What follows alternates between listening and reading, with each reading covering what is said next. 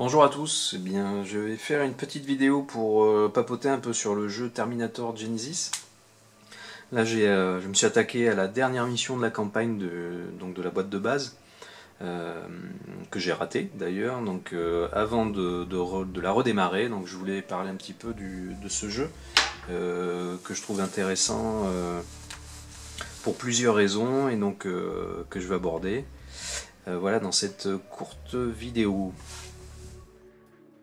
Alors première chose que je trouve très bien, c'est le livre de règles.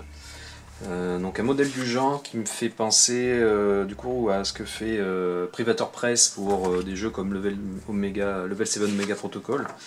Donc voilà, mise en page très bien faite, les composants, vous avez une table des matières, le descriptif du matériel.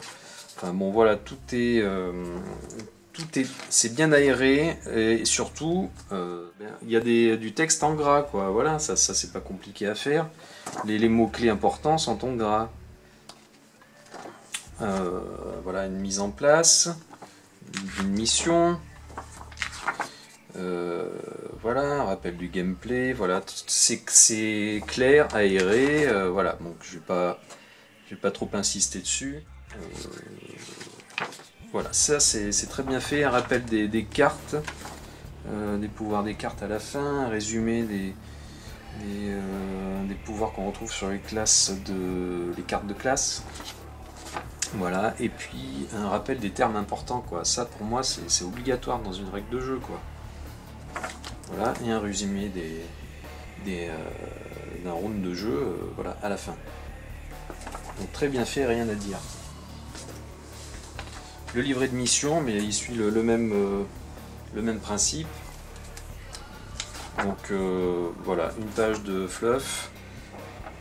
Donc l'idéal ça aurait été, comme je le disais, d'avoir une petite BD. Moi je trouve que c'est quelque chose qu'on doit retrouver plus souvent dans les jeux. C'est entre les missions d'une campagne, une bonne manière d'illustrer ce qui se passe, c'est de faire sous forme de petites BD. Bon voilà, donc là, rien à dire non plus, c'est clair et bien fait.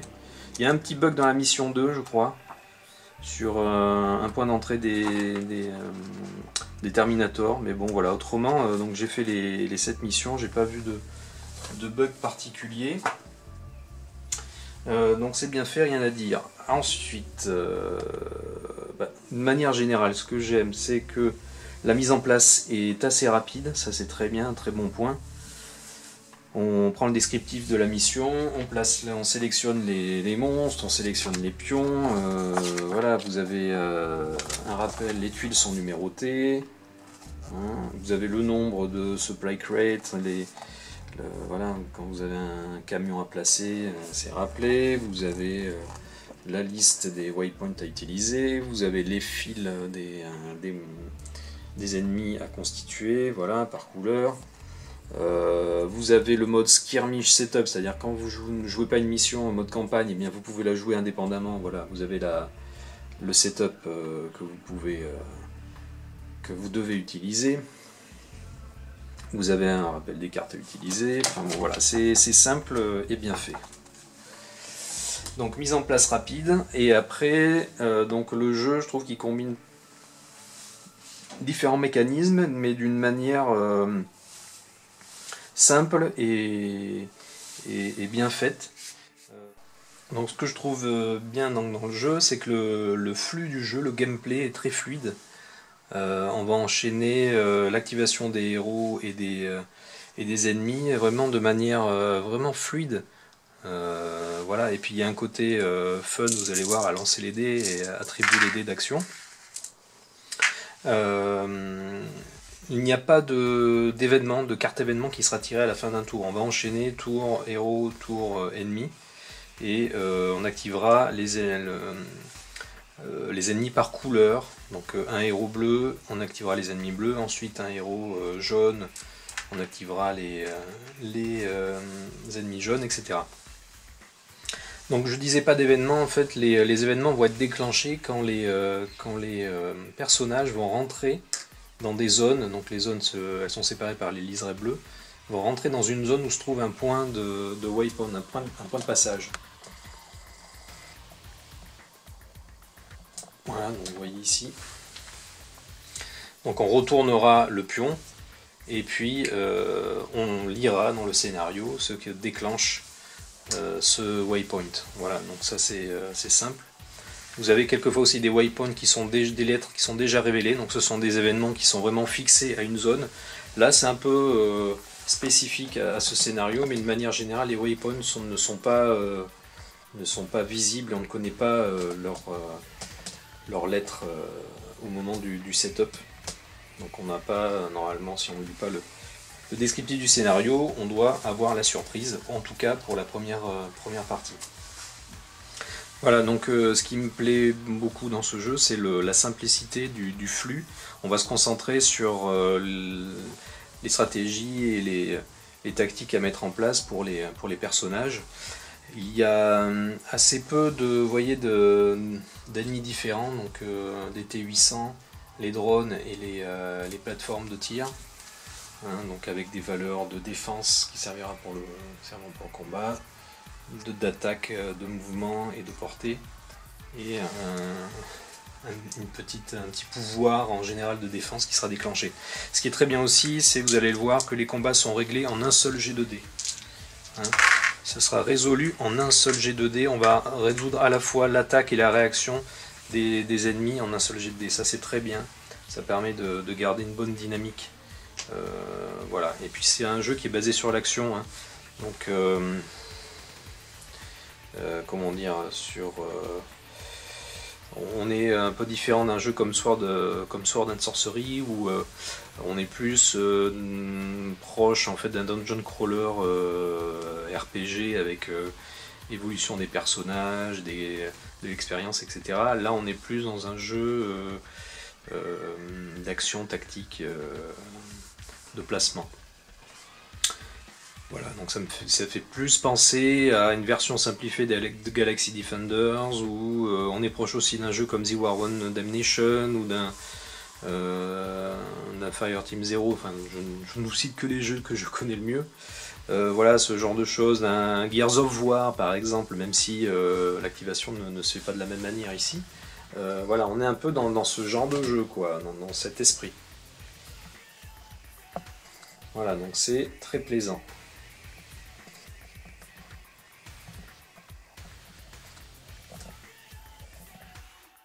Pour revenir sur l'activation d'un personnage, donc par exemple là vous jouez avec le gardien, mais de manière très simple, à votre tour de jeu vous lancez les dés, donc ça c'est une mécanique qui est très bien, donc les dés représentent en gros vos points d'action, vous avez 4 points d'action, ça bouge jamais, vous relancerez toujours 4 dés, en tout cas avec les héros de la boîte de base, donc vous lancez vos dés, et puis, superbe jet de dés d'ailleurs. Donc voilà une chose intéressante, donc voilà j'ai fait un 6, 3, 1. Donc vous avez des pions de rank que vous allez gagner au fur et à mesure de la mission. Donc là dans cette dernière mission, on arrive avec 3 points de rank, 3 pions de rank, et d'ailleurs 3 cartes classes, hein, que vous allez gagner au fur et à mesure. Donc ces pions de rank vous permettent de relancer des dés. Donc avec un pion de rank, vous pouvez lancer, donc vous le consommez, hop, vous le défaussez, et vous allez pouvoir lancer n'importe quel nombre de dés. Donc je vais relancer ces 3, 1, hop, voilà, donc là c'est beaucoup mieux, 3, 6, et un 4. Voilà, et donc vous allez les attribuer pour faire des choses. Donc vous allez pouvoir, par exemple, faire un déplacement, bouger, move. Hop, donc vous posez le dé là et vous déplacez votre figurine de 6 cases sur... Mon gardien il est là. 1, 2, 3, 4, 5, 6. Donc là c'est un terminal, donc les zones qui sont entourées d'un trait rouge ne peuvent pas être traversées lors du déplacement. Voilà donc pour le déplacement, en gros je vais pas plus loin. Vous voulez ensuite tirer, et bien vous allez mettre un dé sur, par exemple, le plasma shotgun. Donc on va poser le pion ici, le 6 dessus, et là vous voyez que quand on fait un 6, on peut ignorer un résultat de tête de mort. Alors, imaginons que vous cibliez un Terminator.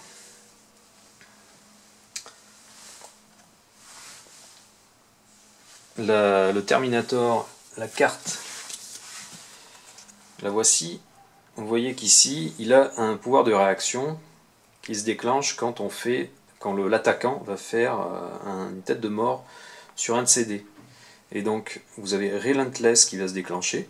Si au moins une tête de mort est obtenue quand il se défend, eh bien, on le déplace d'un hexagone vers le héros le plus proche. Et s'il est adjacent, s'il a un héros adjacent, il prend un dégât directement. Donc pour l'atteindre, il faut au moins obtenir 3 touches, hein, qui est sa valeur de défense. Et si vous obtenez 3 touches, ces ennemis classiques ont un seul point de vie, ils sont éliminés directement. Donc vous allez lancer donc 3 dés d'attaque. Voilà, ces dés qui ont des touches, des têtes de mort, et vous avez aussi des points. Les points vont vous permettre de déclencher des pouvoirs. Hein, donc par exemple, lui, sur une carte classe, il a ici Close Combat, qui fait que, alors là, l'iconographie est bien faite aussi, voilà, c'est visuel, c'est clair. Tout ce qui attaque, eh bien, c'est une icône de touche en rouge. Ce qui est défense, c'est un bouclier ou un gilet pare-balles ou en bleu. Voilà, donc un point, et bien par exemple, quand vous attaquez un ennemi adjacent, vous pouvez également appliquer les résultats du dé à un autre ennemi adjacent à vous. Par exemple. Ou ici, Skirmisher, après avoir attaqué, vous pouvez vous déplacer de 2 hexagones. Vous ne pouvez pas utiliser cette habilité quand vous êtes down. Donc ça, down, je vous expliquerai ce que c'est un peu plus tard. Donc on lance les dés. Hop, il faut que j'obtienne 3 touches. Oh là là, largement. Hop, 2 touches. 2, 5. Voilà. Si j'avais eu une tête de mort, eh bien, par exemple, si je reviens donc sur mon gardien qui est ici, voilà. Mettons qu'il a attaqué donc un Terminator qui aurait été ici par exemple. Vous voyez, mon gardien est là, le Terminator est là. Il l'attaque. Le problème, c'est qu'il faut résoudre avant de résoudre le nombre de touches, on déclenche les défenses d'abord. On résout les têtes de mort d'abord. Donc en fait, ce qui se passe, c'est que le Terminator se serait approché de mon gardien et là, vous voyez qu'il y a 2 héros adjacents. Nous avons Kai Grise là, qui a le socle blanc et puis et le gardien. Et bien, le pouvoir donc du Terminator nous dit que s'il se retrouve adjacent, eh bien, il y a un caractère, un héros qui souffre d'une blessure. Donc dans ce cas-là, comme les deux sont adjacents, c'est nous qui choisissons lequel va prendre le dégât. Donc les Terminators sont dangereux quand ils sont proches. Voilà, parce qu'on a beau le tuer, il va quand même faire une blessure avant de mourir. Donc voilà comment sont résolues les attaques. Alors, si je prends par exemple les drones, eux, la tête de mort, eh bien, ça va faire qu'ils vont annuler une touche. Dodge, ils esquivent en fait l'attaque. Bon, puis eux, quand ils se déplacent, ils passent au-dessus des obstacles. J'y reviendrai après. Donc voilà. Alors, dans ce que vous pouvez faire également, vous pouvez récupérer Rest ici. Donc vous mettez un dé sur Rest. Et si notre gardien avait eu des dégâts, des touches, des blessures, eh bien, ça permet d'annuler une blessure, de l'enlever. Ensuite, vous pouvez faire un deuxième déplacement, vous pouvez faire une autre attaque. Alors par exemple, vous voyez qu'ici, on a un lance-flamme. Donc là, c'est une attaque spéciale, un pouvoir spécial si vous voulez. Donc on lance 2 dés, vous mettez n'importe quelle valeur de dés dessus, on lance 2 dés. Pour chaque touche, ça va directement distribuer des blessures sans prendre en compte la défense. Par contre, vous voyez qu'ici, c'est une attaque de zone. Parce qu'en effet, c'est une chose intéressante dans ce jeu, qu'on avait aussi un peu dans Galaxy Defenders, c'est que le plateau est divisé donc, en hexagones, pour se déplacer, mais également en zones. Donc vous voyez qu'ici, mon gardien veut attaquer, mettons, voilà, plusieurs figurines sur ce plateau. Avec son lance-flamme, il va lancer 2 dés et il va distribuer donc les dégâts aux figurines qui sont dans la zone. La zone, c'est donc la zone qui est entourée d'un liseré bleu. Voilà, donc vous avez à la fois des hexagones et des zones. Donc chose que l'on rencontre, comme je l'ai dit, dans Galaxy Defenders, et puis voilà, enfin je pense essentiellement à ce jeu, il y en a sûrement d'autres. Donc voilà, les zones intéressant comme concept. Est-ce que les zones vont également vous permettre de positionner et de révéler des pions, des waypoints, mais on va y revenir juste après. Donc attaque de zone aussi, donc vous avez des armes qui font des attaques de zone, tout ça pour dire ça. Dans les actions, vous pouvez faire également, vous pouvez interagir. Donc interact, et notamment par exemple quand vous avez besoin d'ouvrir une porte. Par exemple ici, il y a une porte, et donc pour ouvrir la porte, il faudra, quand la porte est fermée, eh bien, se mettre adjacent à la porte et faire un 6 sur une action d'interaction.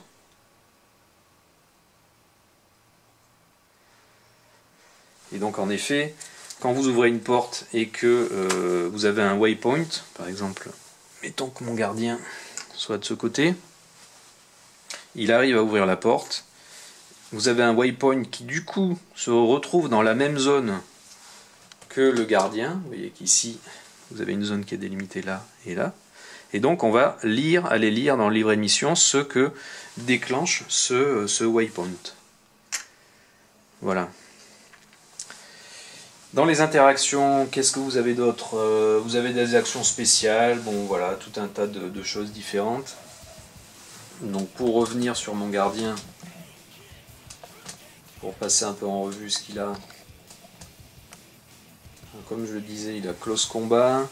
En défense, donc quand il est attaqué par un ennemi, eh bien, que l'ennemi lance ses dés, eh bien également, si alors là l'icône d'infini, ça veut dire que c'est un pouvoir qui est tout le temps valable, hein. Donc ça lui permet de relancer une tête de... Alors quand les monstres, les ennemis attaquent, ils font des dégâts sur non pas sur les touches mais sur les têtes de mort. Et donc lui en fait ça lui permet de relancer un résultat de dés qui est tête de mort. Enfin tête de Terminator plutôt. Tête d'Endos. Ensuite, qu'est-ce qu'il a? Bodyguard. Bodyguard, donc s'il a un emplacement de blessure supplémentaire. Et quand il est adjacent à un autre héros, il peut prendre une blessure à sa place. Et s'il le fait, ça lui permet de rafraîchir un rank token. Mais ça lui permet pas de récupérer un rank token, mais ça lui permet de rafraîchir. Parce qu'en effet, il y a certaines cartes que je vous les montre. Voilà, par exemple celle-ci.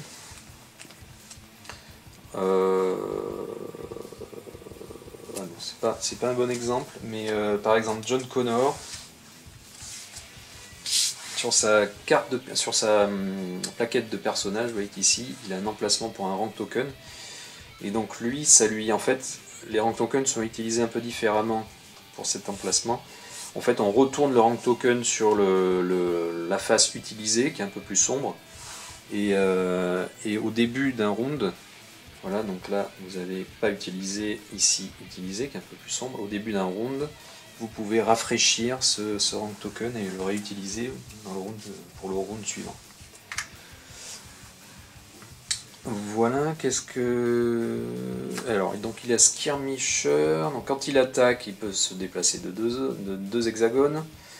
Et pouvoir infini, donc quand il utilise une action de déplacement, il peut se déplacer d'un hexagone supplémentaire.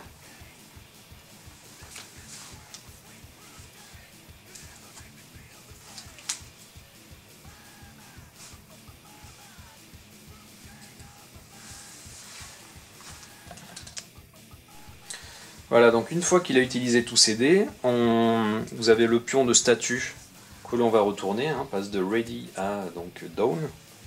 Et là, c'est au tour donc des ennemis à s'activer. Donc dans ce cas, en général, on lance 2 dés d'abord pour le renforcement.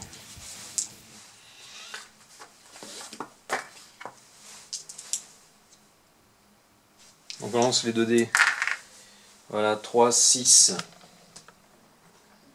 Et donc sur le plateau, vous avez donc ces pions qui sont positionnés. Ces pions de spawn. Qui sont, donc là vous voyez ici, aux 4 coins du plateau. Voilà.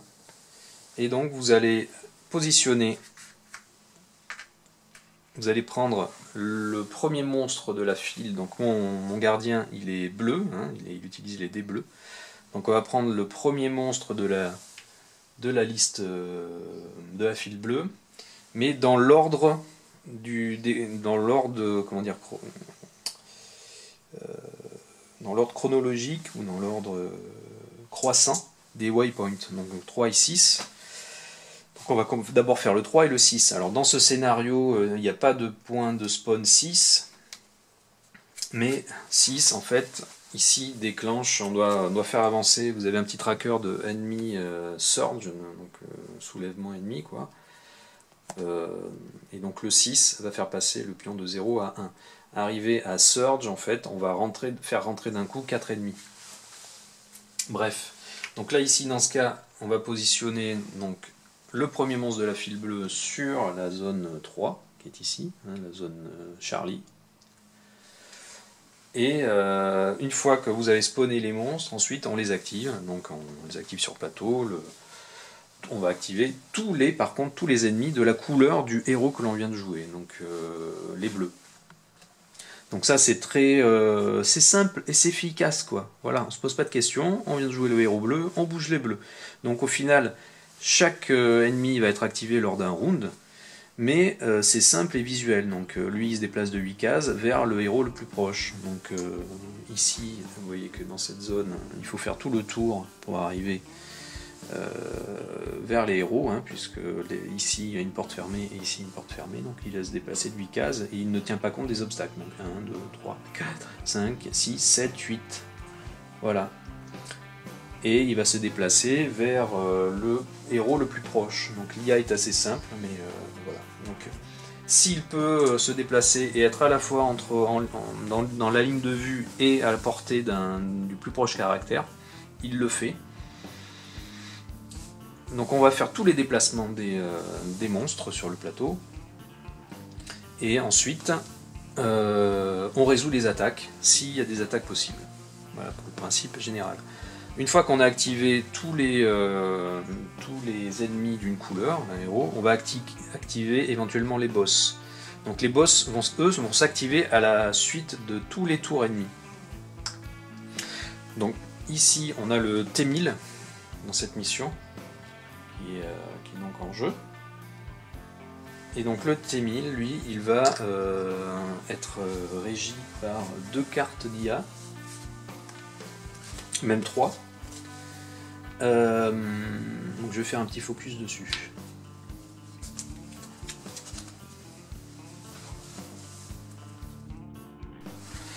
Voilà, donc le T1000, il a une carte donc de description, enfin, de boss, comme ceci. Donc vous avez un rappel du type boss. Vous avez son nombre d'attaques, sa valeur de défense. Donc lui il est très particulier comme boss, il est indestructible. À part dans la dernière mission, mais bon je vous spoile pas cette mission, mais c'est l'unique mission où il peut être tué. Mais dans toutes les autres missions, il est impossible de le détruire. Il se déplace de 5 cases et il a une portée de 6. Donc il a une réaction, Blade, donc après s'être défendu contre une attaque de portée 1, eh bien il attaque le caractère qui souffre d'un dégât. Ensuite Knockback, donc après avoir résolu les réactions, si vous avez fait au moins 3 touches contre cet ennemi, en une seule attaque, en fait il est repoussé d'un hexagone, si c'est possible. Voilà. Ensuite vous avez la carte de ce qu'on appelle de logique, donc finalement vraiment d'IA. Donc vous avez Stagger, donc cet ennemi, ce boss en fait ne peut pas être détruit, et on va traquer les touches qu'il va subir. Donc on va suivre les touches, vous voyez ici, avec la carte T1000 Stagger. Donc au fur et à mesure qu'on va lui infliger des touches, il va y avoir il va subir des malus en déplacement et en nombre de dés d'attaque. Donc vous voyez, quand un héros attaque, voilà, donc s'il a une touche, à partir d'une touche, il aura moins 1 déplacement quand il va s'activer, 2, 3, ensuite moins 2 déplacement. Ici, moins 2 déplacements, moins une attaque, moins 3 déplacements, moins une attaque, et ici stun, donc il va être assommé, on va coucher sa figurine sur le plateau, et il va perdre son activation. Il va simplement se relever lors de sa prochaine activation. Donc c'est comme ça que marche la figurine Stagger, le pouvoir Stagger, enfin la caractéristique Stagger. Bon voilà, quand il subit des touches avec grenade, il prend de touches. Bref, ensuite sa logique, eh bien, quand il se dépasse, lui par contre, il va se déplacer vers le plus proche caractère, et il va essayer d'être adjacent. Les autres figurines, quand elles se déplacent, en fait, elles vont s'arrêter dès qu'elles vont être à portée. Par exemple, ici pour le drone, mettons que le drone arrive et se déplace vers la plus proche figurine, là, ici, qui est Alex. La portée du drone, c'est 2, donc mettons qu'il arrive, le drone va s'arrêter ici à la portée de 2. Pour les T1000, pour les Terminator, les T800, eux, ils ont une portée de 6. Donc lui, il va être un peu plus loin. Donc 1, 2, 3, 4, 5, 6. Lui, quand il va se déplacer, il s'arrêtera à une portée de 6.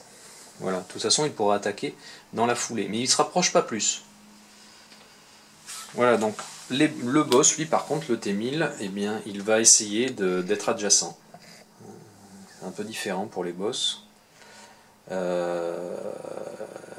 Et donc, s'il est adjacent, il va ajouter une touche de dégâts supplémentaires.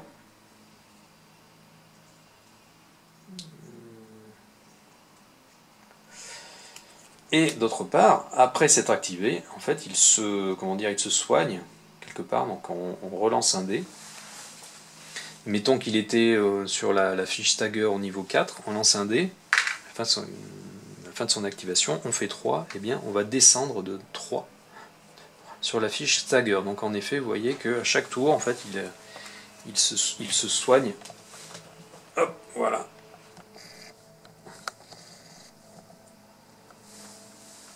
Hop, mettons qu'on était sur 4, voilà, il descend de 3. 1, 2, 3, au fur et à mesure. Donc si on s'en occupe pas trop, il va revenir à 0 en pleine forme.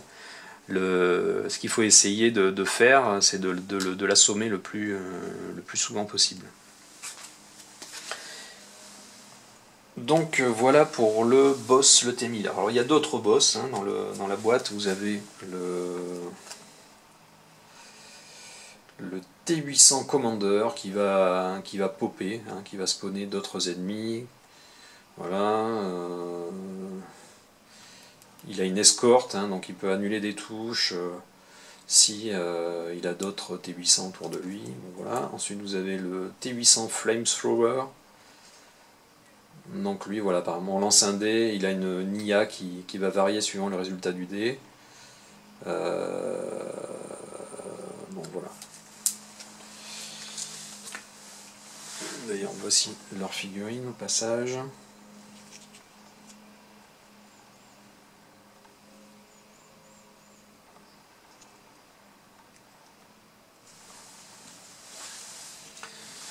Et donc voilà pour les boss. Donc les éléments avec lesquels vont pouvoir interagir donc les héros, donc on a les portes, hein, comme je le disais, donc chaque élément a une petite carte de résumé. Donc on a les blasts devant, donc il faut faire une action d'interaction et faire un 6 pour ouvrir la porte. Voilà, donc les portes qui sont ici sont ces pions là. Voilà. Ensuite vous avez les terminaux. Les terminaux, voilà, donc qu'il va falloir pirater, etc. Enfin, ce sont les scénarios qui vont décrire ce que vont pouvoir faire avec les héros avec les terminaux. Donc là pareil, donc une action d'interaction quand on a adjacent. Vous avez les supply crates, donc ce sont ces pions ici.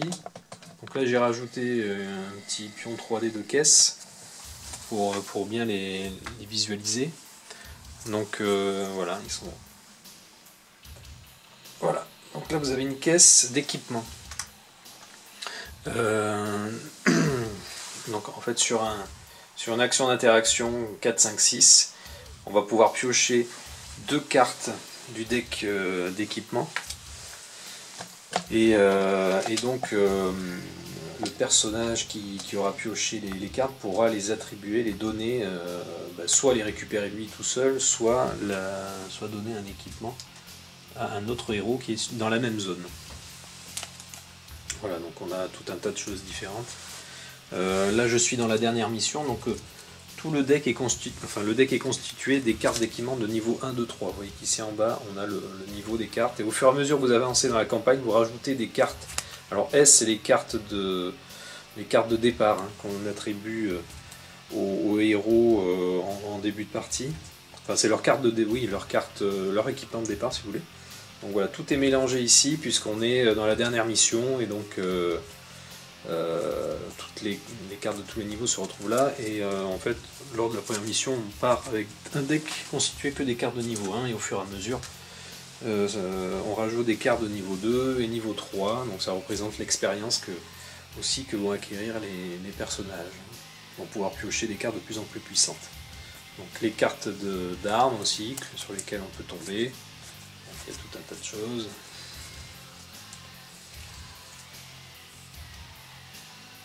Voilà, donc le fameux Scoped Pistol.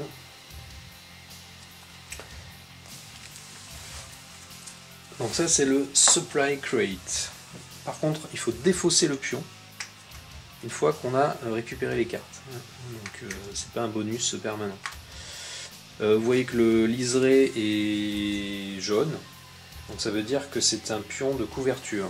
Une zone de couverture. C'est-à-dire qu'un personnage pourra se retrouver dessus et bénéficier donc d'une couverture. Ça veut dire que quand il sera ciblé par une attaque, le premier dégât va être encaissé par cet élément. Donc là vous voyez qu'il y a une valeur de défense de 1.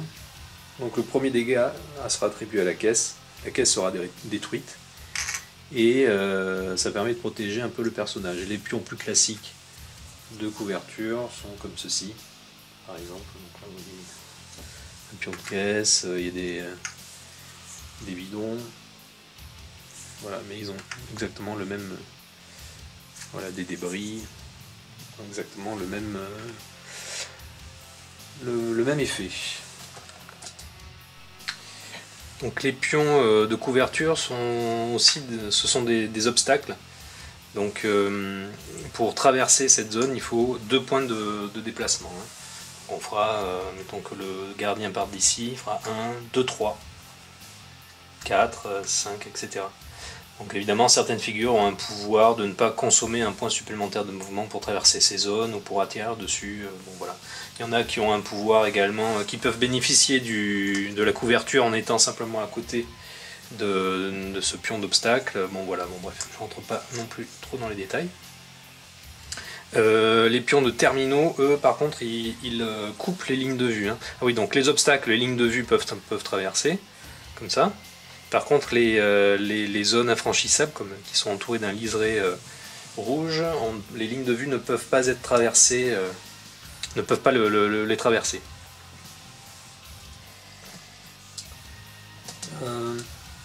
Donc voilà pour les supply crates. les blast down, donc voilà les éléments principaux. Alors ensuite, donc dans la mission, les héros vont être amenés à commander des soldats, donc dans leur version résistance, soldier, ou dans leur version prisonnier. En effet, il y a une mission, il faut libérer des prisonniers voilà, d'une prison. Et donc, voilà, ça c'est un mécanisme, vous allez voir, qui est simple, mais qui marche bien. Donc, sur les cases donc, de ces résistants, vous avez un dé spécial. Donc, un héros pourra attribuer un dé, mais que s'il est dans la même zone que le soldat. Donc, il faudra, pour commander le soldat qui est ici, il faudra que notre gardien eh bien, soit dans la même zone, voilà, entre les deux liserés bleus, pour pouvoir lui attribuer un dé. Et donc vous voyez que si on fait, alors il a une valeur d'attaque, et donc on pourra le faire attaquer, on pourra le faire se déplacer, et il a une portée pour le tir. Donc si on pose un dé et qui a une valeur entre 1 et 3, eh bien il pourra faire une seule action. Si le dé est 4, 5, 6, on pourra faire 2 actions. Et dans les actions, on pourra se déplacer, attaquer, se restaurer. Donc, voilà. Et donc, il y a un emplacement pour un point de dégâts. Alors, j'ai pas parlé de l'état down, mais quand on ne peut plus placer de blessures sur les cartes, hein, donc vous voyez qu'ici, lui, il a 1, 2, 3, 4 emplacements avec la carte. À la 5e blessure, il sera dans l'état down. Je reviendrai un petit peu après. Je terminerai par ça. Donc là, vous voyez que si on fait 4, 5, 6, il pourra faire 2 actions parmi donc les actions que je viens de lister. Donc déplacement, il pourra bouger de 5 cases. Voilà. Mais pour attribuer ce dé, il faut que le héros qui va attribuer le dé soit dans la même zone que l'allié. Voilà, donc dans la version simplifiée qui est prisonnier, la seule action est le déplacement qu'il pourra faire. Donc voilà, ça c'est bien et ça apporte un côté un peu tactique parce qu'en effet pour pouvoir bien, déplacer ses alliés, il faudra être avec eux, il ne faudra pas les abandonner. Donc c'est intéressant comme principe. Voilà, on ne pourra pas se permettre d'abandonner nos alliés si on veut qu'ils survivent.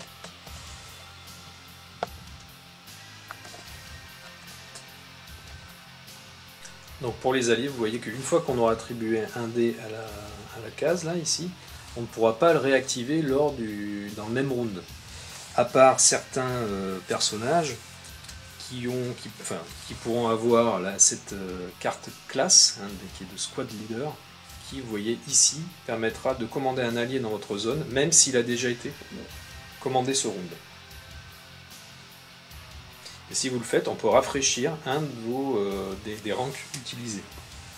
Donc voilà. Et en effet, j'ai attribué cette carte donc, à John Connor, qui est celui qui a un pion de rank qui peut être rafraîchi. Ici, ça peut être rafraîchi. Ici, par contre, on les défausse. Une fois que c'est utilisé, dans la partie, c'est fini. On les récupérera lors d'une nouvelle mission.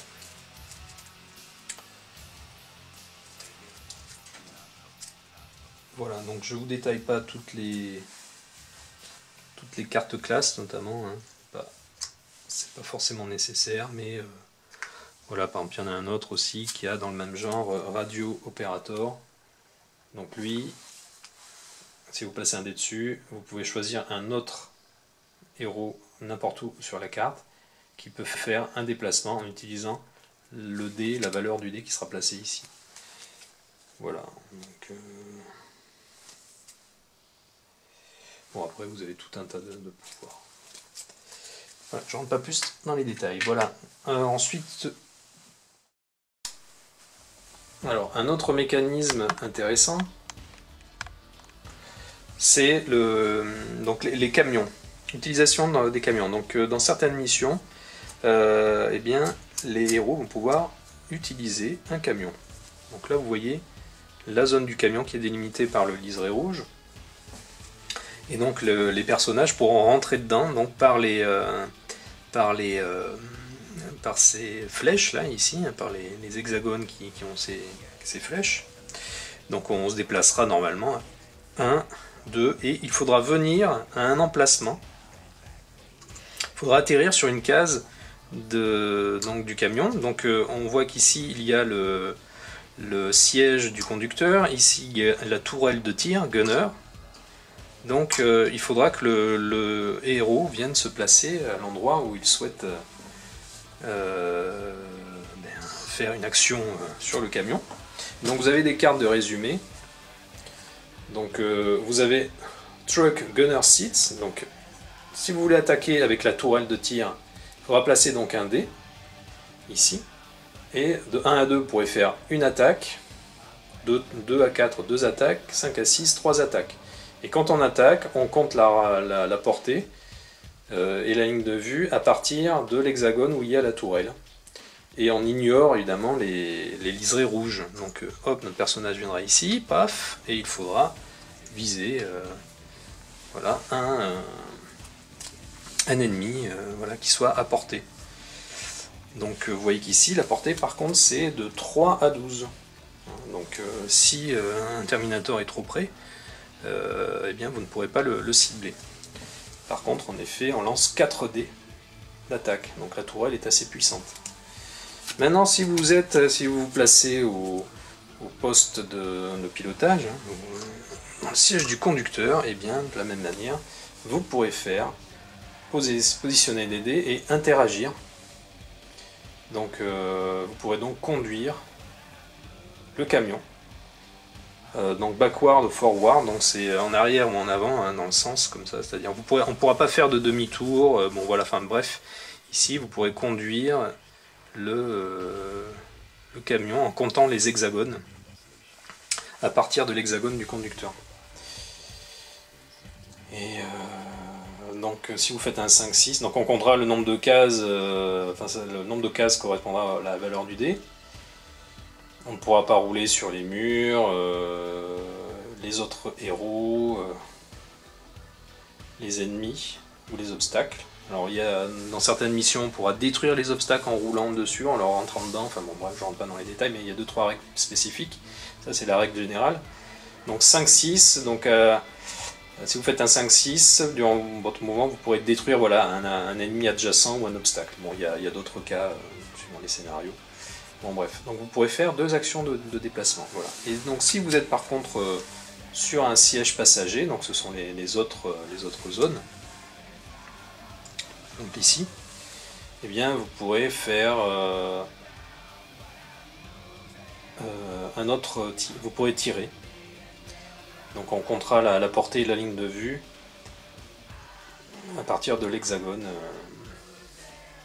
sur lequel vous êtes, en ignorant donc toujours pareil, en ignorant les lignes rouges qui sont censées casser la ligne de vue normalement. Parce que si vous êtes en dehors, évidemment, là vous voyez que dans cette position, le gardien n'a pas de ligne de vue sur le drone, hein, puisque la ligne rouge coupe la ligne de vue. Donc voilà, donc ça j'aime beaucoup ce mécanisme, c'est très bien fait. C'est un peu quelque chose qu'on a vu dans d'autres jeux, hein, ça fait penser à des choses, mais c'est bien fait. C'est simple et bien fait. Voilà. Donc le camion, il a un track de dommages.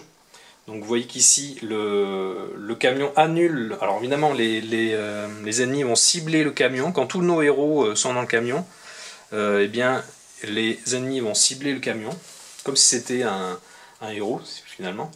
Et donc le premier dégât attribué dans le round, le premier dégât, voilà, c'est ça, oui, du round qui sera attribué au camion, sera annulé. Ensuite, chaque attaque distribuera le premier dégât au camion.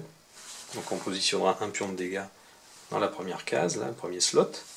Et ensuite, les dégâts supplémentaires seront attribués à un autre héros à l'intérieur du camion. Et on décidera, s'ils sont plusieurs, on décidera qui prendra la blessure.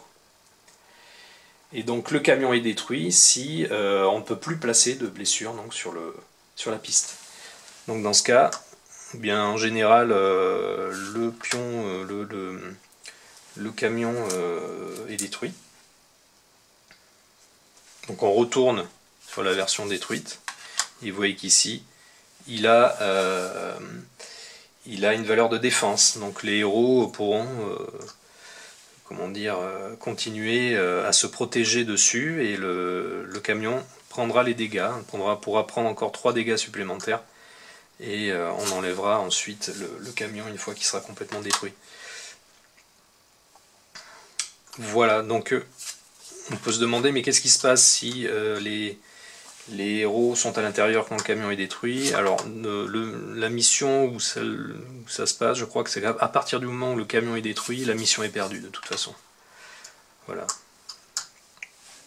Bref, donc voilà, ça c'est bien fait, ça marche. Ça marche dans le scénario en tout cas, qui l'utilise.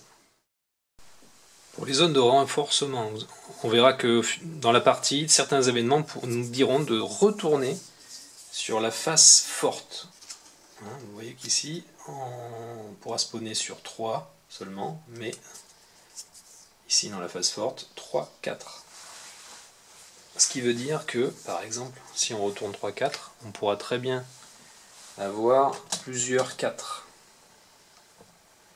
Donc c'est un peu la double peine. Si vous faites un 4, là ça va spawner sur les 2 points de renforcement. Et quand on spawn, on prend les monstres de la file. Par contre, vous voyez qu'ici, celui-ci c'est le point de spawn Charlie. Voilà. Et celui-ci est Delta. Donc même si on a un 4 sur les deux, on commencera par Charlie et on fera Delta ensuite. Voilà. Pour l'ordre du spawn.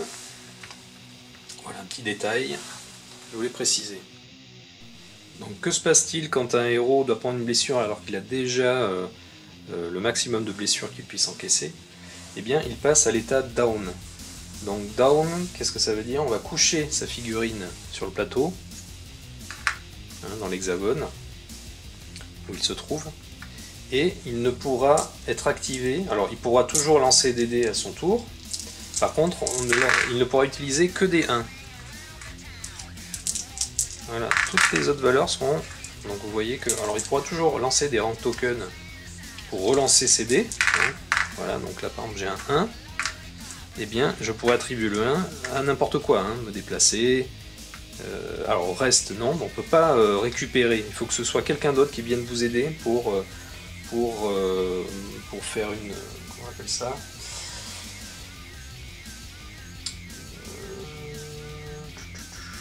Une action de rest, une action de rescue. Donc dans ce cas, un autre héros pourra venir vous aider. Le pion rescue, il va faire donc pour une action de rest, il va pouvoir vous récupérer. Et donc on enlèvera une blessure, on relèvera la figurine sur sa case, et donc il pourra à nouveau s'activer normalement. En tout cas quand il est down, donc on n'utilise que des 1. Il lancera quand même les dés pour le renforcement à son tour, les 2 dés noirs. Il déplacera toujours les figurines de sa couleur, les ennemis de sa couleur. Par contre, il ne pourra pas être ciblé par les ennemis. Il ne pourra pas être attaqué non plus. Et les ennemis pourront traverser son hexagone, où il se trouve. Ils ne pourront pas s'arrêter dessus. Voilà pour l'état down. Donc les règles permettent d'ajuster la difficulté, de rendre le jeu plus facile ou plus difficile. Donc, pour rendre le jeu plus facile, vous pouvez utiliser un ou plusieurs points ici. Donc higher rank, donc on donne 2 rank tokens en plus supplémentaires. Moins d'ennemis, donc on enlève un ennemi de la file. Et mieux équipé, donc on ajoute des cartes d'équipement ou d'armes. Voilà. Ensuite, jeu plus difficile, donc rank token, donc on peut en avoir 1 au maximum. Donc là déjà, ça c'est plus difficile. Donc renforcement agressif, donc on lance un dé supplémentaire en gros, etc. Et termination, donc on est down dès que on a rempli le dernier slot. Voilà. Donc voilà, je vais m'arrêter là donc pour la présentation de ce jeu. J'ai à peu près dit tout ce que je voulais dire donc, sur ce jeu.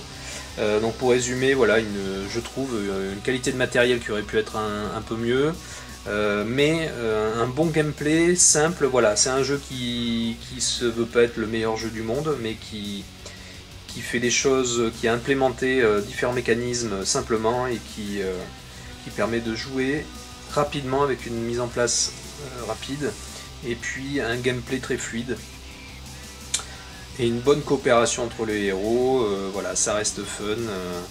Voilà, donc pour moi c'est un bon jeu, une bonne surprise. Donc je reviendrai sur ce jeu avec l'extension Fall of Skynet, donc qui semble apporter des héros très intéressants avec des caractéristiques bien marquées. Voilà, donc ça sera l'occasion peut-être de faire une partie, je vais voir, en mixant des héros. Voilà. Donc je vous dis à très bientôt, et puis jouez bien, voilà, ciao.